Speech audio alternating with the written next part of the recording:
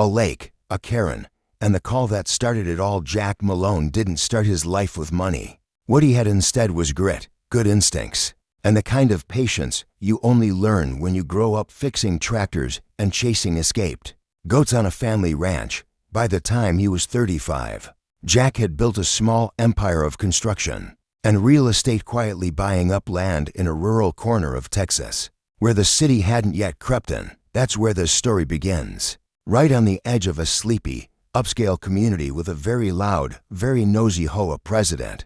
He didn't want trouble when he bought the lake property. Not at first. It was a beautiful, wide stretch of land with a modest house, a large metal barn, and a small but deep spring-fed lake that shimmered under the sun like liquid glass. That lake had once belonged to a cattleman named Dale Roebuck, who'd left it to his daughter. She couldn't keep up the taxes and maintenance, so she sold it to Jack after a 10-minute conversation and a firm handshake. No fuss, no drama. But drama, as it turns out, was on its way, and her name was Karen Whitmore, the president of the Stonebrook Lakeside HOA. Jack first met Karen the day after he put up a small for sale by owner sign near the private entrance of his lake. It wasn't even a flashy sign, just black letters on white metal, staked into the grass beside the gravel road. By sunrise the next morning, Karen was banging on his gate like it owed her money. He came out with a mug of coffee in hand, wearing boots, jeans, and the calm of a man who'd fixed 3 fences before breakfast. Karen was already red-faced and gesturing wildly at the sign. "You can't sell this lake," she barked. Jack raised an eyebrow. "Ma'am, I can. I own it." "No, you don't," she snapped, pointing behind her at the community of large, cookie-cutter homes in the distance. "This lake is a common area for Stonebrook Lakeside residents. This whole place is part of our HOA charter. You're in violation of at least 6 clauses, and I'll have the city involved before lunch." Jack just sipped his coffee and let the silence hang. "You're welcome to call whoever you like, but unless that HOA charter was recorded with the deed or the county, it doesn't mean much out here." "You're mistaken," she seethed. "I'm not," Jack said, still calm. "I've got the title in my truck and the county plat map in my office." Karen wasn't used to being told no, and she certainly wasn't used to being ignored, especially by someone she considered just a rancher. She stormed off after a few more threats, muttering about permits, environmental codes, and lawsuits. Jack shrugged it off. These types popped up every now and then, especially when newcomers from the city moved into rural areas and tried to play big fish in the small pond. But this time, Karen was different. She didn't just complain. She called the police. The cops show up 12 days later. Jack was sitting in his shop, oiling the chainsaw, when a pair of sheriff deputies rolled up his gravel driveway. Nice guys, local. They wore dusty boots and knew how to speak without drawing heat. "Mr. Malone?" one asked. "That's me," Jack replied, standing and wiping his hands on a towel. "We got a call from someone in the Stonebrook HOA saying you were trying to sell public water or something." Jack almost laughed but held it in. "You're standing on private property, officers, and the lake over there's on a private parcel I bought 6 months ago. County approved, titles cleared. I'm not selling water, I'm selling land." They looked at the paperwork Jack handed them, nodded, and within 10 minutes, they were laughing with him on the porch, sipping sweet tea, and shaking their heads. About the HOA president who thought she could rewrite the law, "I'd just ignore her," one deputy said. "She's got the whole community riled up about fishing rights and bird watching. But legally, she's got no ground to stand on." Jack thought that'd be the end of it. But for Karen Whitmore, it was just the beginning. Karen's escalation. The next morning, Jack noticed something odd. His mailbox had been yanked out of the ground. Not knocked over, ripped out and missing. The gravel road leading to the lake had a dozen metal signs posted on both sides. Private property, do not enter, under HOA review. And even one that said toxic water, do not swim. Karen had even gone so far as to place orange cones and construction tape across the dirt road that led from her subdivision to the lakefront. Jack knew it immediately. She was trying to create a paper trail, trying to make it look like the lake was somehow already under HOA jurisdiction. Despite not a single legal record supporting her claim, he called his lawyer. Then, He went one step further. He put the lake on hold. Not for sale anymore. Not publicly. Anyway, instead, Jack made a private list of everyone who had inquired about the property. A couple of real estate developers, one RV park investor, even a group of fishing tournament organizers from out of state. And while Karen was busy calling city code enforcement about his tractor sheds, Jack was pulling tax records. He found something interesting. Karen didn't own her house. Her husband had passed away years ago, and the mortgage was still in his name. The title was tied up in probate due to some family trust issues, and the estate had been sitting under review by the county for months. That meant the house was vulnerable, not illegally, just ripe for an offer. Jack made a call, not to Karen, but to the distant cousin who co-owned the trust. Turns out, he lived in Nevada, wanted nothing to do with Texas, and had no idea Karen was using the house to run an entire HOA campaign. He was willing to sell his share for the right price. So Jack wrote a check, then another. By the time the dust settled, he had controlling ownership of the property Karen called home and the legal ability to make any and all decisions about the land it sat on, including access roads. Especially the one that led to the lake. The block waited until the title transferred and all the paperwork cleared before acting. Jack wasn't reckless. He was exact. On a crisp Saturday morning, with birds chirping and the sun just starting to kiss the horizon, Jack drove his flatbed truck out to the border of the lake and the Stonebrook subdivision, right along the back fence of what was now his property. He parked. Then he unloaded a 12-foot metal gate for steel posts and 3 concrete mixers.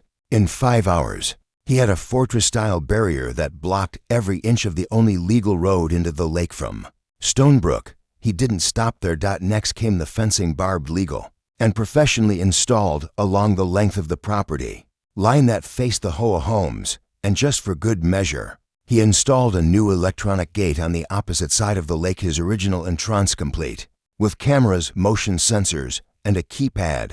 The only people who could now access the lake, Jack Malone, and whoever he gave the code to. By sunset, Jack sat in a lawn chair, sipping a cold drink, and watched from a distance as Karen Whitmore stood outside her house's house screaming into her phone while a work crew installed no trespassing signs every 30 feet. It was a beautiful evening. The HOA board tried to fight back until they learned who owned their street. Following week unfolded like a slow-motion train crash, each day pulling Karen deeper into the consequences she'd never imagined. At first, she tried to pretend everything was fine. She still walked her ridiculous designer dog, Mitzi, along the now gated property line, still waved to her neighbors like the queen of the cul-de-sac, and still handed out newsletters in plastic-wrapped bundles about HOA rules and upcoming mandatory meetings. But behind those fake smiles, Karen was unraveling. You see, she didn't expect Jack to go quiet. That silence unnerved her. He hadn't made a scene. He hadn't bragged. He hadn't even responded to her emails filled with threats, legal jargon, and cherry-picked city codes. He simply cut off access to the lake, fortified the boundary, and carried on building a solar dock and floating fishing pier like she didn't exist. That drove her insane, because for people like Karen, being ignored was the deepest insult of all. But Jack wasn't just ignoring her, he was planning his next move. And this one would make even the nosiest HOA board members wish they had never taken her side. Karen's panic finally broke the surface when she discovered something new. Her HOA wasn't as protected as she thought. It all began with a flyer, not one she made but one she received. That Friday morning, residents of Stonebrook Lakeside opened their mailboxes to find a professionally printed pamphlet titled "Know Who Really Owns Stonebrook." It was clean, factual, and didn't attack anyone by name, but it was devastating. Inside, it showed a timeline of land purchases going back 15 years, long before Karen even moved in. Jack had been slowly acquiring odd lots, corner parcels, utility access routes, and even drainage easements, all properties most developers overlooked. There, in full color, were county records proving he owned 3 out of 5 of the community's road endpoints, to walking trails, the land under their community garden, and even the small unmarked lot that hosted their decorative stone sign at the front entrance, the same sign that proudly read, "Welcome to Stonebrook Lakeside, a community that cares." At the bottom of the pamphlet was a quote, "I don't care what you say, I care what you can prove." Jack and the HOA board panicked. Phones rang nonstop. The community Facebook group exploded with posts. People asked if they were going to be charged to drive on their own roads. Others demanded to know how Karen hadn't seen this coming. And one bold neighbor asked the question no one wanted to say out loud. "Is this why the lake's closed off? Did we ever actually own it?" Karen, of course, called an emergency board meeting. The meeting that fell apart Saturday evening. Under fluorescent lights in the tiny clubhouse that was supposed to serve 70 families. The HOA board met with Karen at the helm. Jack didn't attend. He didn't need to. Karen opened the meeting with a brittle smile and stacks of paperwork. "Everyone, I want to assure you that we are investigating the false claims made by a private landowner who is trying to manipulate this community through intimidation. The HOA is in full control of all community spaces. We have rights. But someone had brought a copy of the county GIS map, and it didn't lie. Property lines were drawn clearly. The community garden was on Lot 38B, owned by Malone Land Holdings, LLC. So was the gravel service road, and even the little pond Karen claimed was a shared bird habitat.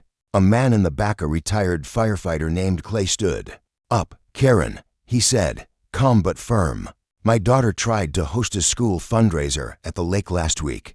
Jack's fence stopped them cold. You said the lake was public. You said it was ours. That flyer says otherwise, and so do the county records. So here's my question. Did you lie to us? Or were you just too proud to check before picking a fight?" The room went dead silent. Karen turned red. She fumbled for words. "That property, he must have filed some kind of loophole transaction. I'll call zoning. I'll get a ruling. Clay wasn't done. He also owns this clubhouse, doesn't he? You told us it was deeded to the HOA. The title says Malone Land Holdings since April."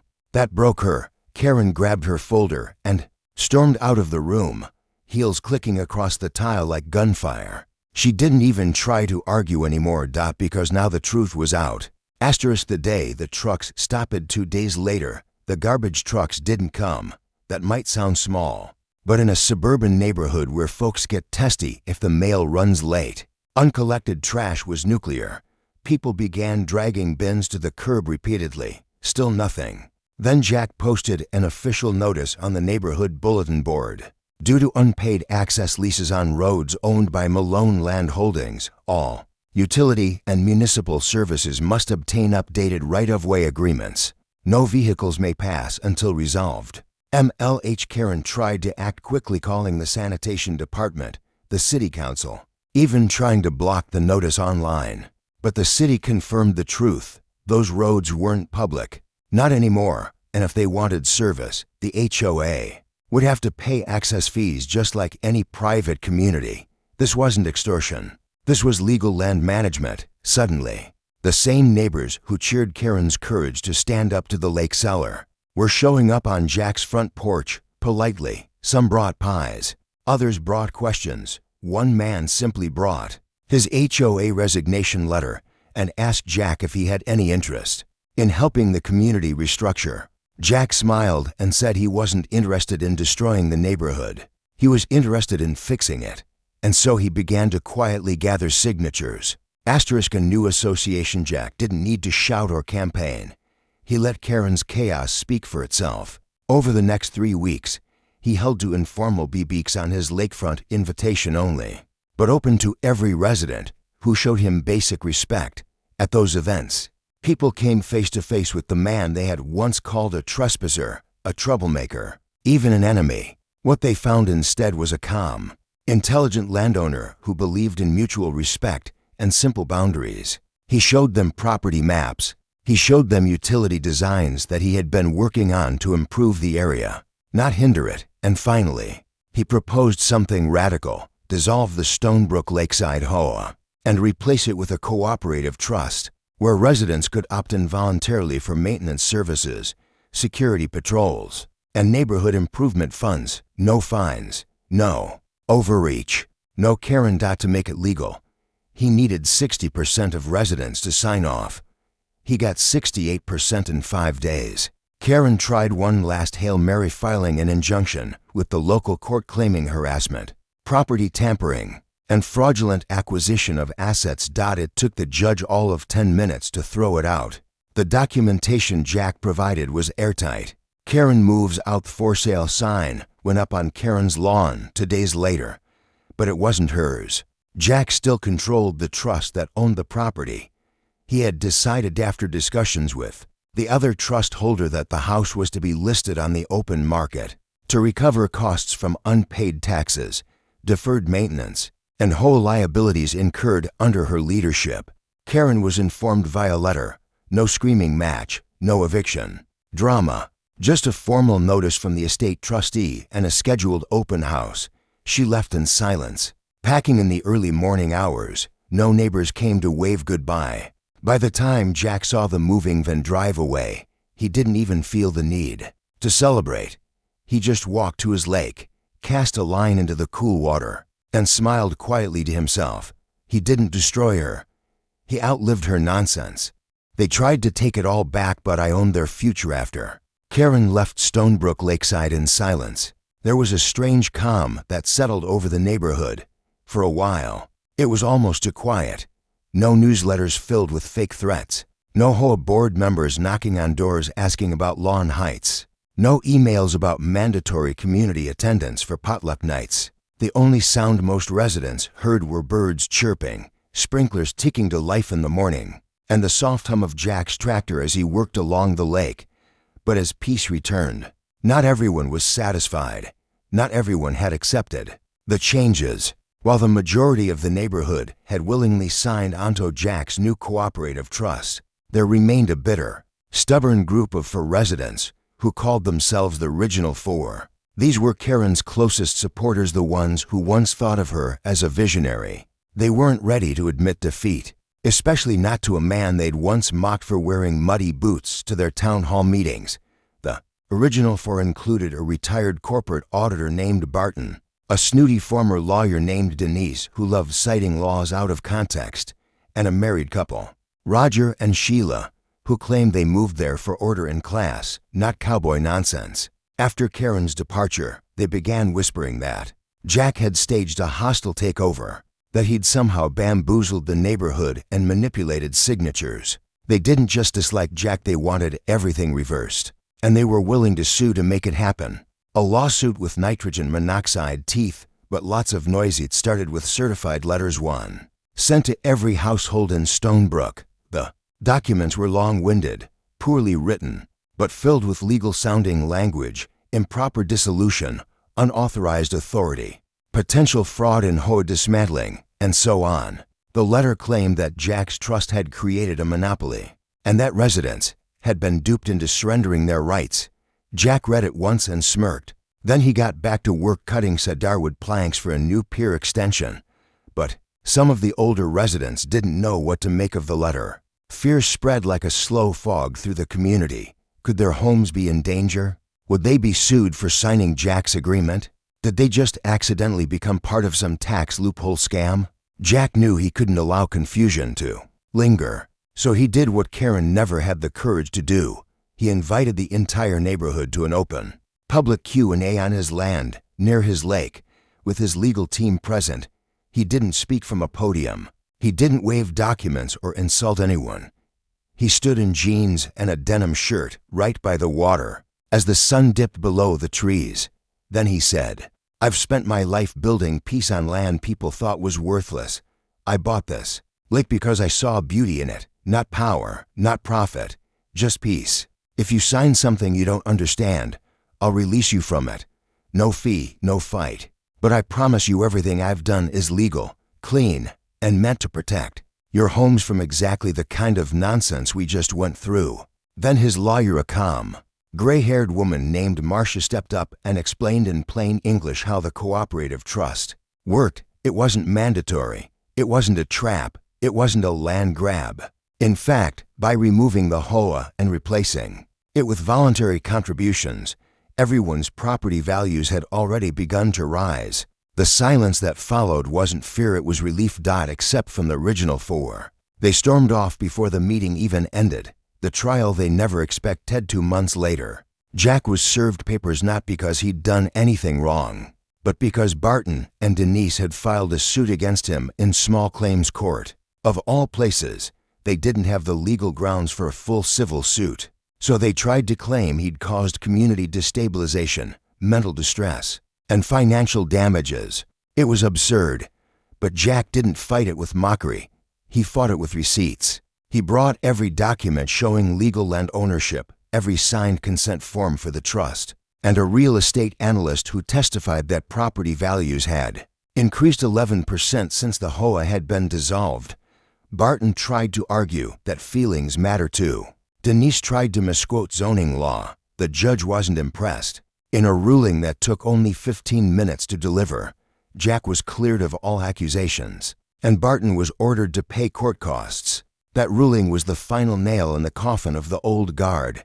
The last thread of resistance snapped. No one wanted to follow people who were now legally branded as bitter sore losers.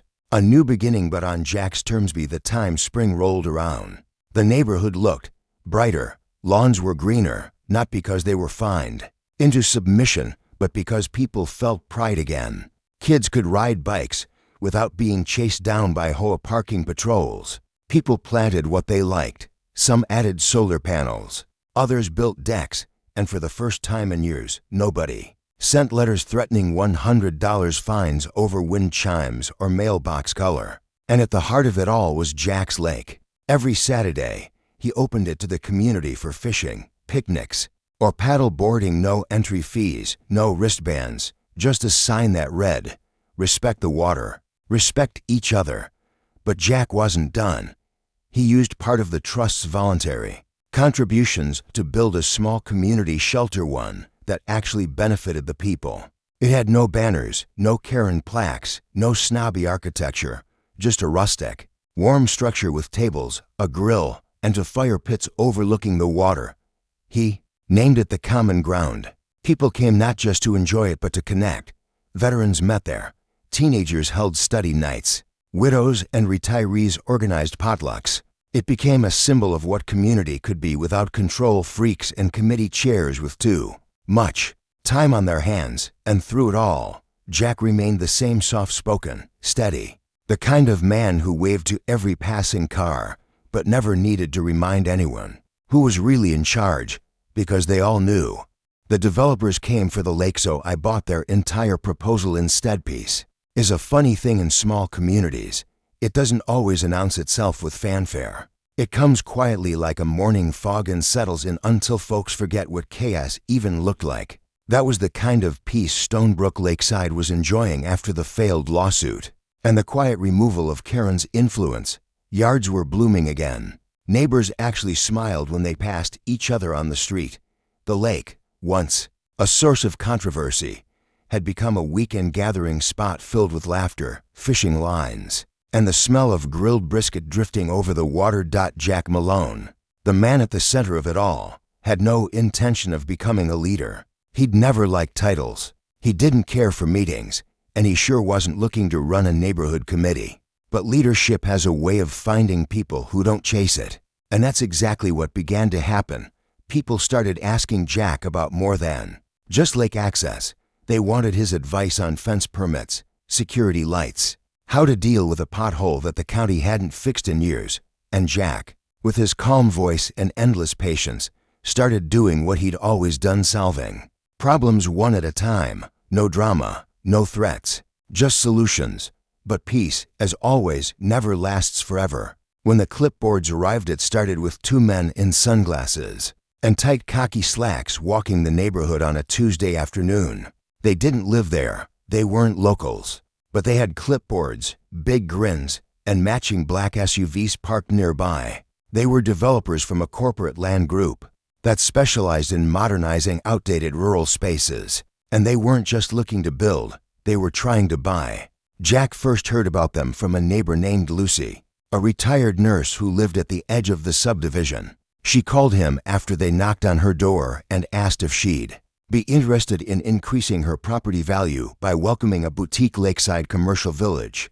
Their plan, a small strip mall of artisanal shops, a yoga center, and get this, a miniature golf course themed around rustic Texas life. Jack laughed when he heard it.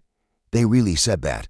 Lucy replied, word for word. I nearly spat out my coffee. Over the next few days, the developers went door to door offering residents cash offers for land. But here's the catch: they were only targeting people who didn't have full titles yet, properties tied up in probate, or families who had inherited land but weren't actively living there. They were quietly trying to buy out enough lots to gain zoning leverage, and once they had that, they'd file for a conditional use permit to open up a mixed-use corridor right along Jack's Lake. They had no idea what kind of mistake they were making. The meeting they didn't see coming. Jack didn't get angry. He got organized. Within a week, he gathered every resident who had received a visit from the clipboard crew and invited them to a Saturday evening barbecue at the Common Ground, his lakeside shelter. It wasn't just about burgers and ribs this time. Jack printed out the developers' filings, corporate backgrounds, and their recent projects in other towns, most of which had ended in traffic congestion, lawsuits over sewage capacity, and lawsuits for breach of contract. He showed everyone the before and after pictures of other revitalized lake communities, now littered with cookie-cutter shops, neon signs, and crumbling parking lots. Then he pointed to a map.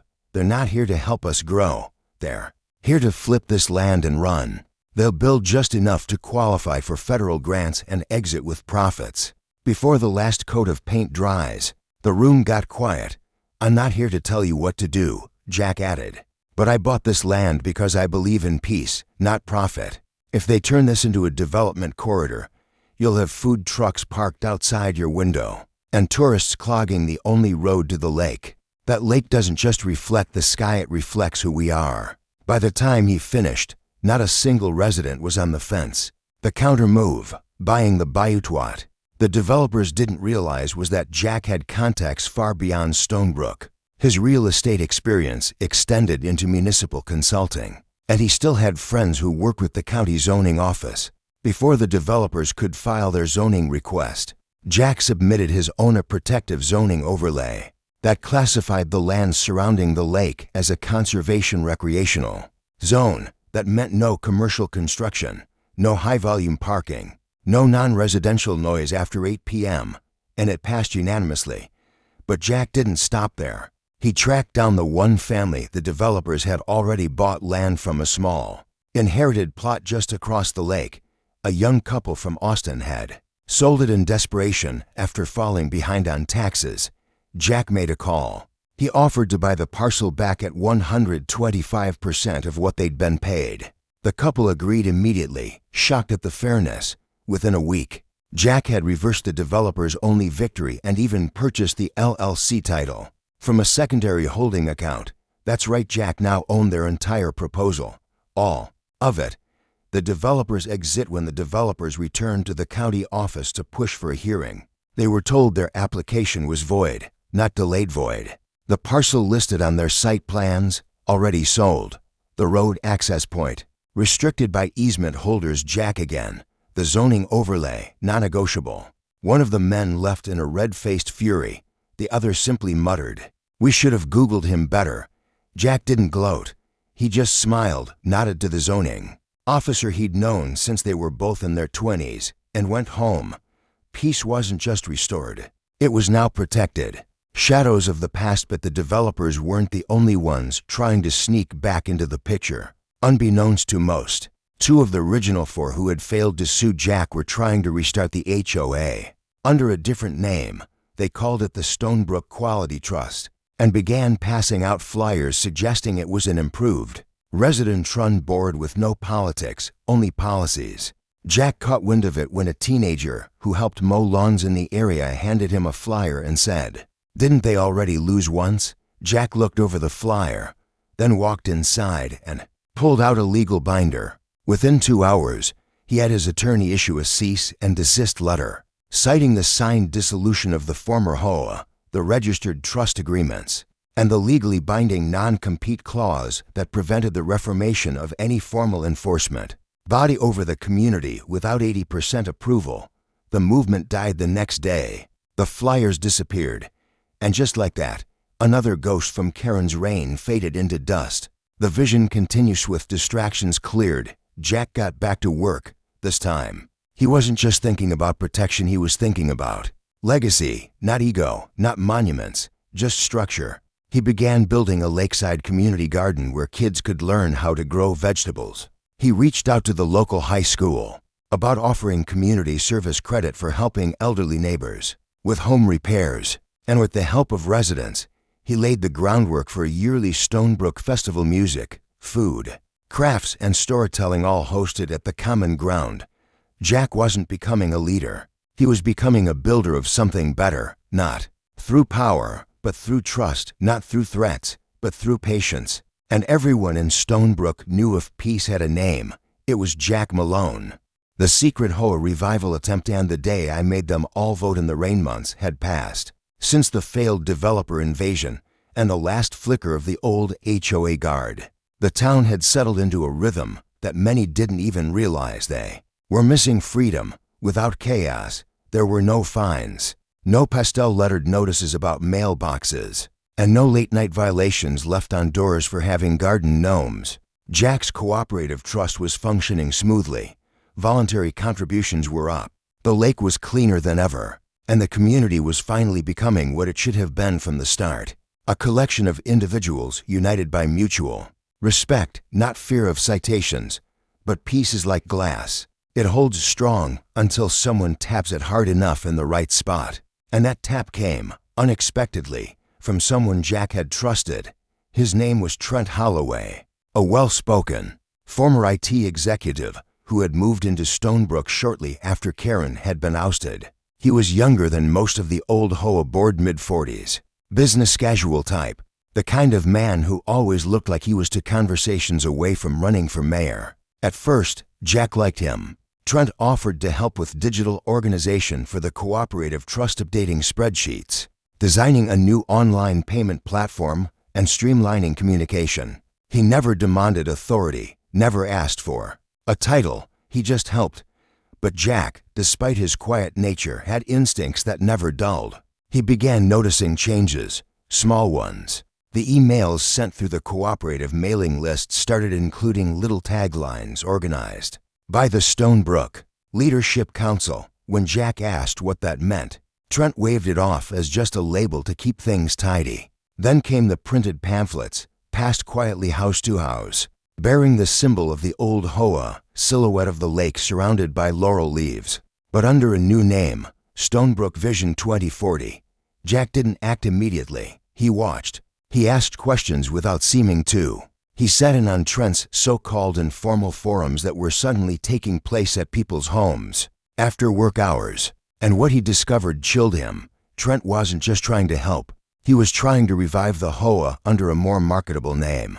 And worse, he'd already started gathering signatures. The slow betrayal. Trent's strategy was smart, far more subtle than Karen's aggressive posturing. He avoided legal language and focused on selling people a vision of order, of long-term property value, and of smart community infrastructure. He appealed to the fears of younger families worried about safety, and the anxieties of older residents who felt the trust system lacked teeth. When someone broke the rules, he claimed Jack's system was outdated, non-binding, and too dependent on goodwill. Trent's movement wasn't loud, but it was growing. And he had already gathered signatures from 37% of the neighborhood before Jack stepped in. Jack could have gone legal. He had more than enough documentation to challenge the attempted resurrection of any governing body under the HOA name, but he didn't. He wanted to know, why were people who had thrived under the new peace so willing to sign that peace away? So, Jack did something that caught everyone off guard. He scheduled a community-wide vote. Not mandatory, no threats, just an open invitation for every property owner to come down to the common ground and vote with their feet, literally. He called it the day of choice. No emails, no campaigning, no lawyers, just people, a tent, a table, and a question printed on a single sheet of paper. Do you want a new HOA? Or do you want to keep your freedom? The day it was. The only day that month it rained, not a drizzle, a downpour. Texas-sized, thunder-cracking, mud-splashing rain that turned the roads into little rivers and drenched everything it touched. Trent saw an opportunity. He posted on the community board that due to inclement weather, the vote should be postponed, citing public safety and responsible civic engagement. Jack posted his reply on a piece of plywood outside his gate, covered in a thick plastic sleeve. If freedom only counts on sunny days, then it's not worth having. He showed up at the common ground that morning with 3 pop-up canopies, 2 tables, laminated ballots, and a waterproof storage box. He parked his tractor at the road's end with a sign that read, "We built this through rain and heat. Don't let a little water wash it away." And the people came. They came in rain boots and ponchos, with umbrellas and soggy dogs. Families walked. Elderly residents were driven in by neighbors. People brought thermoses of coffee and homemade banana bread to share under the canopies. The rain never stopped, but neither did the line. By 3 p.m., over 82% of residents had voted. The final tally, 147 for freedom, 9 for the new HOA. One of those 9 ballots, Jack would later discover, had a coffee ring on it and was marked in pencil not ink. The vote was final. The people had spoken again, and this time louder than ever. The conversation that never happened. Trent never showed up to the vote. In fact, the next day, his house was already for sale. He didn't send a letter, didn't try to explain himself, just packed up, disappeared, and took his Vision 2040 folder with him. But Jack had already seen through it. Trent wasn't building a community. He was building a launchpad, a name for himself, a portfolio booster. But Stonebrook wasn't interested in being anyone's platform. They had chosen their path, and it wasn't the kind of place that bowed to polished speeches or empty slogans anymore. It was a place of slow work, shared meals, and earned trust, a festival in the mud that summer. Jack helped organize the very first Stonebrook festival. It was planned to be a small thing, a few lawn chairs, live acoustic music, and barbecue. But it grew into something bigger. Volunteers set up booths, local artists donated paintings, and a local school's jazz band showed up uninvited and played their hearts out on a makeshift wooden stage. Even in the mud, it was beautiful. Families danced barefoot under string lights. Kids roasted marshmallows. Veterans shared stories around a fire. And at one point, someone handed Jack a microphone and said, "You ought to say something." He didn't prepare a speech. He never did. He just stood in the center of the gathering and said, "You don't need a badge to lead. You just need to listen. You don't need a board to build. You just need willing hands. And you don't need rules to be neighbors. You just need to remember that peace is built one shared fence, line at a time." That was it. That was Jack. HOA Alliance demanded we join, so I bought the land under their office and closed their accessed first year of peace in Stonebrook had passed. And with it came a surprising transformation. People no longer saw their neighborhood as a place they just lived in. It had become something more, a sanctuary, a place where they didn't dread the mailman bringing another citation, where a swing on the porch didn't require board approval, where they knew their neighbors' names, and the laughter of kids by the lake wasn't muffled by arbitrary curfews. Jack Malone remained the quiet center of it all. He didn't throw titles around, didn't run meetings, didn't pose for newsletters, but everyone knew that without him, this place wouldn't exist the way it did. Yet, what no one expected was that the very peace they had built would soon come under threat from outs. It began with a series of emails. The letterhead war begins. A man named Gregory Westmore sent the first one, full of corporate language, a polished signature block, and an email domain that ended in @regionalhoacoalition.org. He was the president of the Central Texas Regional HOA Alliance, an organization made up of 22 homeowners associations from surrounding suburbs, gated lakefront properties, and golf communities. The email was addressed to the acting land authority of Stonebrook and contained the usual bait. "We recognize your recent success in managing a non-traditional community model and would like to invite you to join the Central Texas HOA Federation as an affiliate member. This partnership would offer protections, legal representation, and access to federal community improvement funds. In exchange, We request basic compliance with regional ordinances and governance protocols. Jack read it 3 times. He didn't respond. A week later, a second email came. This time, more firm. Failure to respond to our invitation may result in procedural filings with the county governance board to classify your land as unregulated. We hope to avoid such a path. Still, Jack said nothing. Instead, he called Marcia's longtime attorney and said 6 words. How deep are these people tied? The power they didn't have. What Jack and Marcia uncovered was both alarming and hilarious. The regional HOA coalition had grown powerful over the past decade, not by helping communities thrive, but by forcing alignment under a unity protocol that allowed them to use bulk legal filings, lobbying, and zoning influence.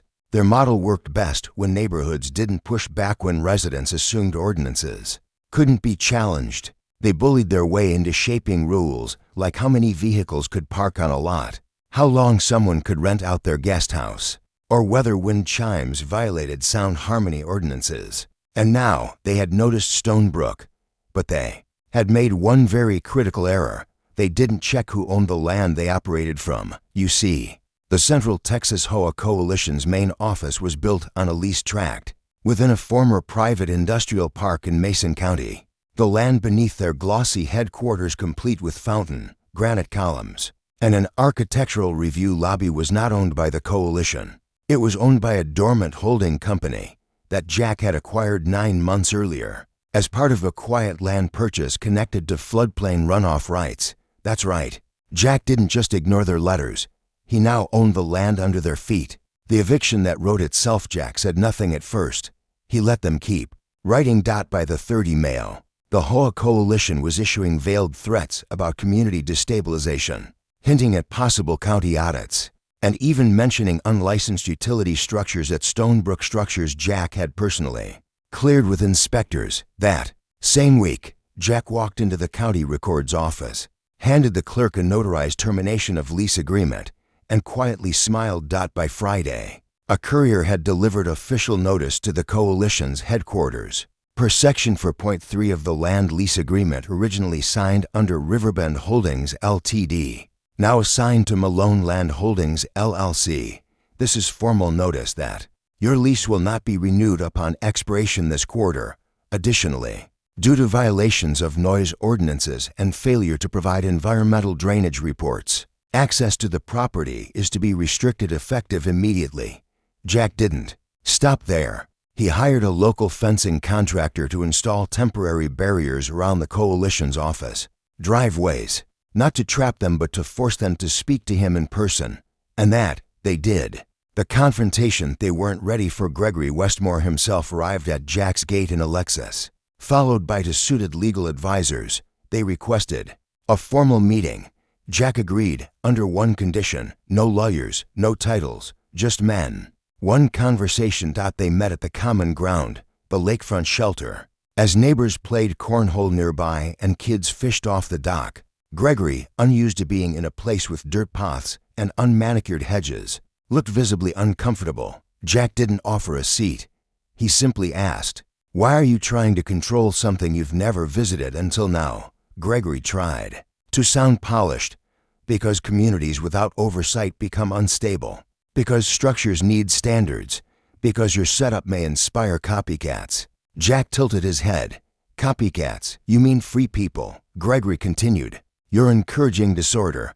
We've built decades of harmony, of resale guarantees, of architectural consistency, of fear." Jack cut in. Finally, Gregory blinked. "You bully homeowners. You threaten legal action over lawn chairs. You fine people into silence and call it order. What you call harmony, I call quiet suffering. Not here. Not anymore. Stonebrook isn't for sale, and it sure as hell won't be annexed." Jack handed him a folder. Inside were the transfer documents of their lease termination, a revised zoning overlay protecting Stonebrook from HOA lobbying, and a personal letter stating Jack's intent to repurpose the coalition's former headquarters into a free public space for landowner legal education. Gregory left without another word. Stonebrook rises beyond. News of the confrontation spread faster than wildfire. It hit neighborhood forums across Texas. Articles titled "The Man Who Outwitted an HOA Empire" began popping up. Jack was invited to podcasts, even a televised town hall on independent community models.